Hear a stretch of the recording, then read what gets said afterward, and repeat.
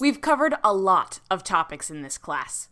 We began by looking at fundamental math, from simple addition and subtraction, through geometry and area, to algebra and more complex formulas. Then, we talked about property value. We discussed both the methods used to find property value, and also the equations used to calculate changes in value. After that, we addressed taxes and tax equations. Then we explored the calculations that need to be made when a property transaction is closed. And the last part of the class was devoted to the lending side of real estate. We covered the equations lenders use to evaluate borrowers before moving on to interest, monthly mortgage payments, and the total cost of the loan. Mathematics is an important tool for a real estate agent. It's used to calculate everything, from the value of a property to the amount of commission you will make off a sale. You'll use math over and over in your job.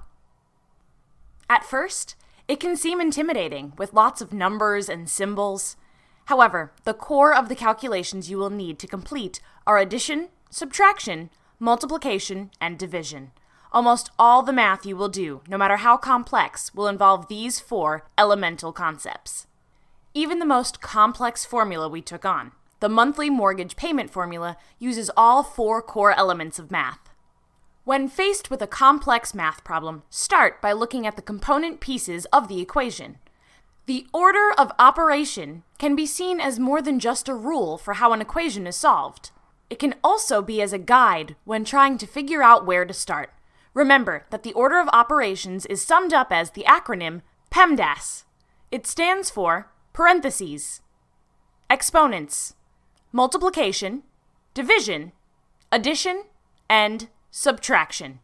So, when you're looking at an equation and trying to decide where to begin, start with calculations contained in parentheses.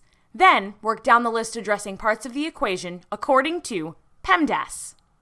This class has taught you about the equations you'll need to be successful as a real estate agent, and hopefully, you feel a little more comfortable with math in general. In our next segment, we'll discuss contracts and how they're constructed.